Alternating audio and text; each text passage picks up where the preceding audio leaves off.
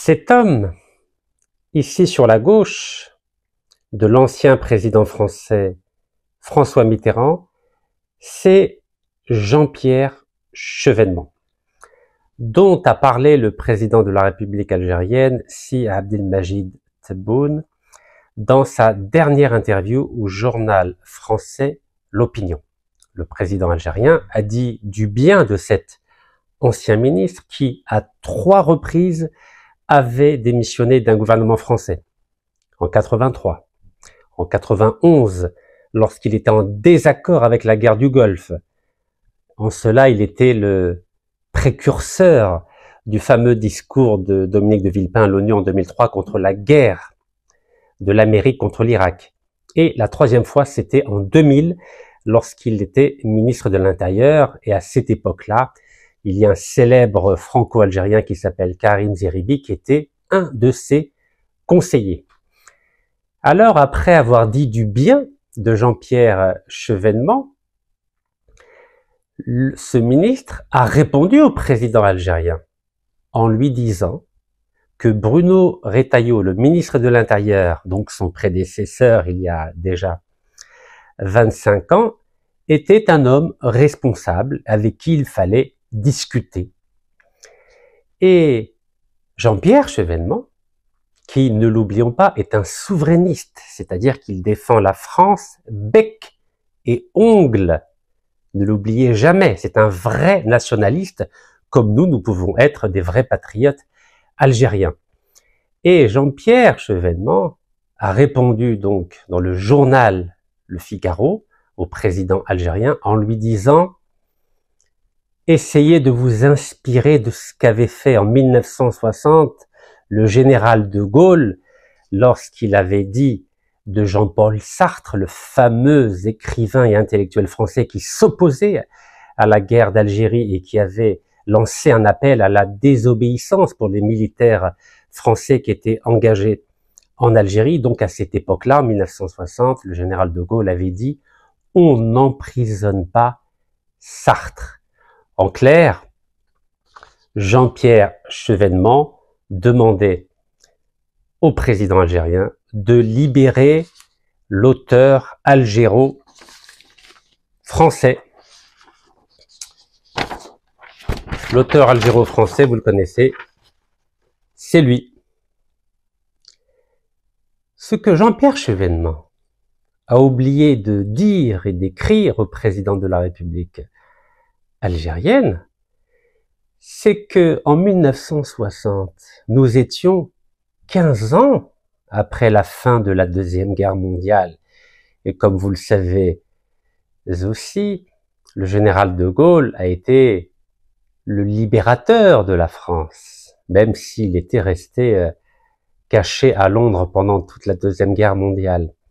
Et après la fin de la guerre mondiale, que s'est-il passé? Il y a eu ce qu'on appelle le phénomène de l'épuration. On estime, selon les chiffres, à peu près 90 000 Français, parmi les 2 millions qui avaient collaboré avec l'Allemagne nazie, qui ont été exécutés sans qu'il y ait le moindre procès. Certains ont été condamnés à mort par le général de Gaulle. Et parmi ces grands écrivains français, reconnus grands à la fois par la gauche et la droite française, il y a un jeune écrivain de 35 ans qui s'appelle Robert Brasillac, qui était rédacteur d'un journal important à l'époque qui s'appelle Je suis partout. Et Robert Brasillac, c'est lui. Il a été jugé, condamné et exécuté. Il était à la prison de Fresnes, là où je me suis trouvé à 2 reprises en mars 2012 et à partir de octobre jusqu'en décembre 2023. Donc c'était mon ancien codétenu, si je peux utiliser cette expression. Et Robert Brasillac a été exécuté sur ordre du général de Gaulle. Donc, Le général de Gaulle, qui en 1960 disait qu'on n'emprisonne pas Sartre, non seulement il a fait emprisonner Robert Brasillac, mais il l'a fait juger, il l'a fait condamner, et la justice a prononcé la condamnation à mort de Robert Brasillac, l'écrivain Robert Brasillac. Robert Brasillac a demandé la grâce au général de Gaulle, et le général de Gaulle a refusé de gracier l'écrivain français Robert Brasillac. Alors quel est le motif? Robert Brasillac n'a tué personne. Robert Brasillac n'a pas assassiné des Français. Non, Robert Brasillac était simplement un journaliste et un écrivain qui utilisait sa plume pour exprimer son opinion. Et comme vous le savez, en France, il y a la liberté d'expression. Donc normalement, un écrivain ou un journaliste qui s'exprime comme l'écrivain algéro-français, normalement, on ne le met pas en prison. Eh ben si. La France, le général de Gaulle, a mis en prison et a fait exécuter un journaliste et un très grand écrivain français, Robert Brasillac. Et regardez la raison, elle est dans le titre du livre. Intelligence avec l'ennemi. En clair, il voulait que l'Allemagne gagne contre la France. C'est un peu ce qu'a dit cet auteur algéro-français en disant que la moitié de l'Algérie était marocaine, paraît-il. C'est exactement la même chose.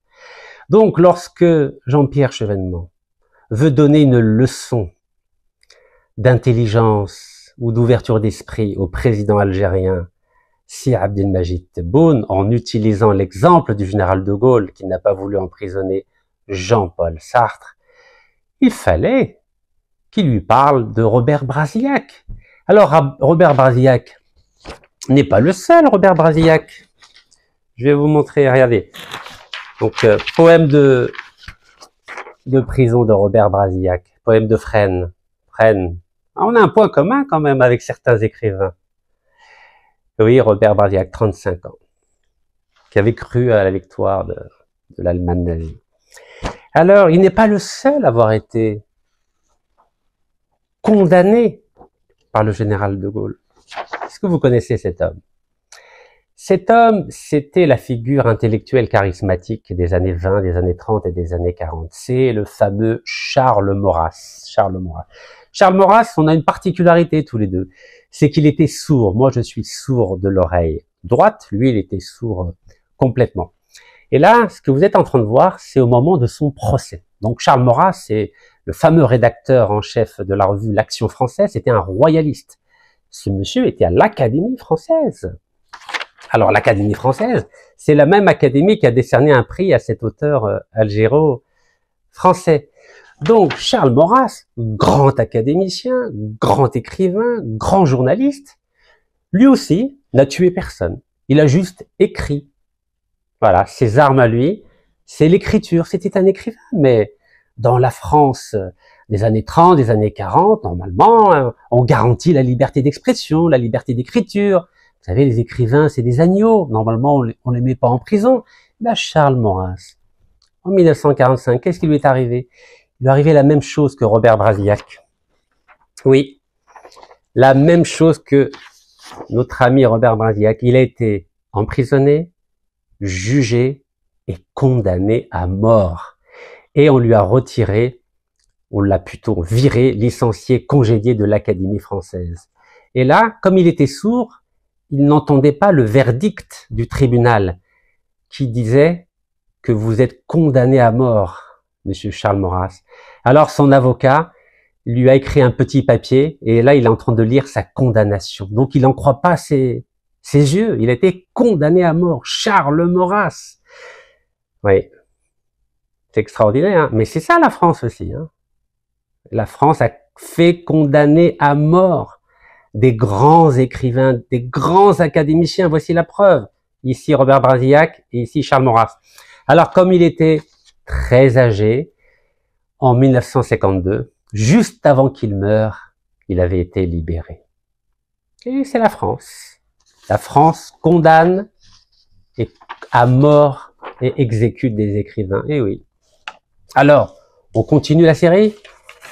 Est-ce que vous connaissez Louis-Ferdinand Céline, très grand écrivain français, connu par un livre que tout le monde connaît, Voyage au bout de la nuit. Vous savez, Céline a eu la même maladresse d'avoir soutenu l'Allemagne. Il ne croyait pas en la France. C'est un peu comme cet auteur algéro-français qui ne croit pas à l'Algérie. Il a beau avoir travaillé au ministère de l'Industrie algérienne, non, il n'y croit pas à l'Algérie. Vous savez, c'est la liberté d'expression, dit-on, n'est-ce pas? Donc Louis-Ferdinand Céline, en 1945, quand il a vu que les Allemands allaient perdre, il a quitté la France et il est parti se réfugier d'abord en Allemagne, là où étaient cachés on va dire les laudateurs de la France vichiste, et ensuite il est parti se réfugier au Danemark. Mais au Danemark, les Français ont lancé ce qu'on appelle un mandat d'arrêt. Il a été arrêté et emprisonné au Danemark. Et en 1950, il est revenu en France et il a été condamné. Mais le général de Gaulle n'était plus là. Vous savez que le général de Gaulle a démissionné en 1946. Et comme il y avait beaucoup de collaborateurs qui avaient participé à la collaboration avec le régime nazi, ils étaient très contents en 1946 de voir que le général de Gaulle était parti. Et cette fois-ci, ils n'ont pas voulu condamner à mort Céline. Il a été condamné uniquement à 1 an de prison, mais 1 an après, ils ont négocié et il a été amnistié. Mais il a quand même été condamné. Il était en prison. Céline, le grand Céline. Alors, il y en a d'autres, hein.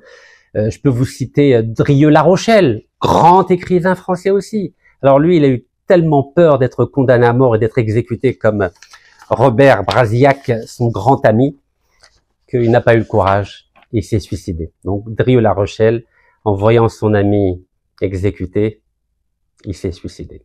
C'était ce qu'on appelle, tous ces écrivains que je viens de vous citer, c'était des écrivains de la droite dure. Et aujourd'hui, on pourrait dire des écrivains de l'extrême droite qui sont les références intellectuelles de Marine Le Pen. Voilà, pour ceux qui connaissent un peu la culture française, voilà, les différents noms que je viens de vous citer, ce sont les références intellectuelles de Marine Le Pen.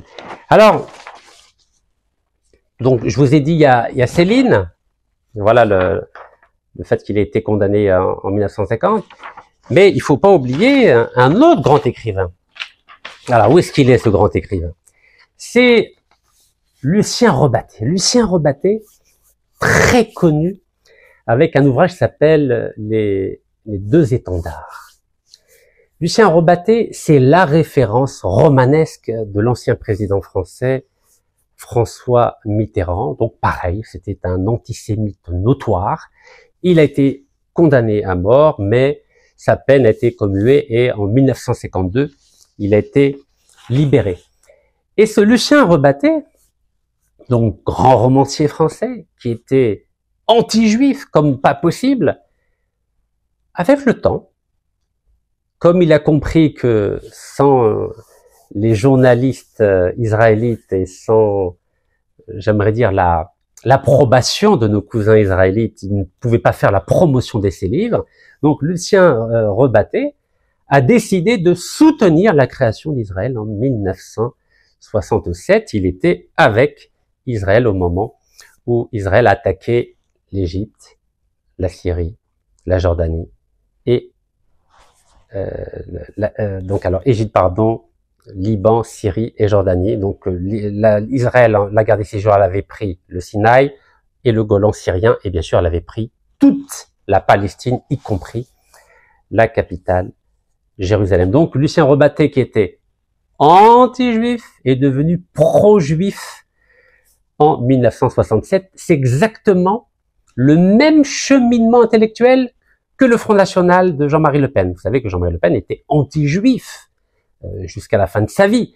Mais sa fille a évolué et elle est devenue aujourd'hui pro-juif. Donc Marine Le Pen, en cela, a suivi l'exemple d'une de ses références intellectuelles qui est Lucien Rebatté. Et c'est payant. On voit bien qu'aujourd'hui, tout le monde pense qu'en lors des prochaines élections présidentielles, si elle reste éligible, elle sera la prochaine présidente de la République française. Autant vous dire que ceux qui sont français d'origines étrangères, ils peuvent dès maintenant préparer leurs valises.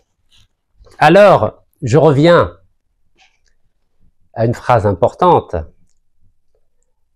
du général de Gaulle, au tome 3 de ses mémoires de guerre, qui s'appelle Le Salut 1944-1946. Que disait le général de Gaulle? Le général de Gaulle disait que dans les lettres, comme en tout, le talent est un titre de responsabilité. Je répète cette phrase car elle est importante. Dans les lettres, comme en tout, le talent est un titre de responsabilité. En clair, on ne peut pas dire ce que l'on veut. Quand on est connu, quand on a le talent d'écrivain ou le talent de journaliste, ce qu'on dit a une portée. Ce que l'on dit, on doit en être responsable. On ne peut pas dire des choses en croyant ou en pensant qu'il n'y aura pas de conséquences. Et c'est avec cette phrase, retenez bien, que De Gaulle a justifié l'emprisonnement, le jugement, la condamnation à mort et l'exécution de Robert Brasillac le 6 février 1945. Oui, vous avez bien entendu. Aujourd'hui, nous sommes le 6 février 2025, ce qui veut dire qu'il y a 80 ans aujourd'hui que Robert Brasillac a été exécuté sans obtenir la grâce du général de Gaulle, qui, je le répète, disait que dans les lettres, comme dans tout, le talent est un titre de responsabilité. Alors, lorsque notre ami Jean-Pierre Chevènement, ancien ministre, veut donner une leçon de sagesse et de bienveillance à l'endroit du président algérien Sir Abdelmajid Tebboune, je l'invite à méditer la phrase issue du tome 3 des mémoires de guerre du général de Gaulle. Dans les lettres, comme en tout, le talent est un titre de responsabilité. Barakallahu fikum. Merci pour votre écoute. Tahiyya al-Jazair. Wallah yarham al-shuhada.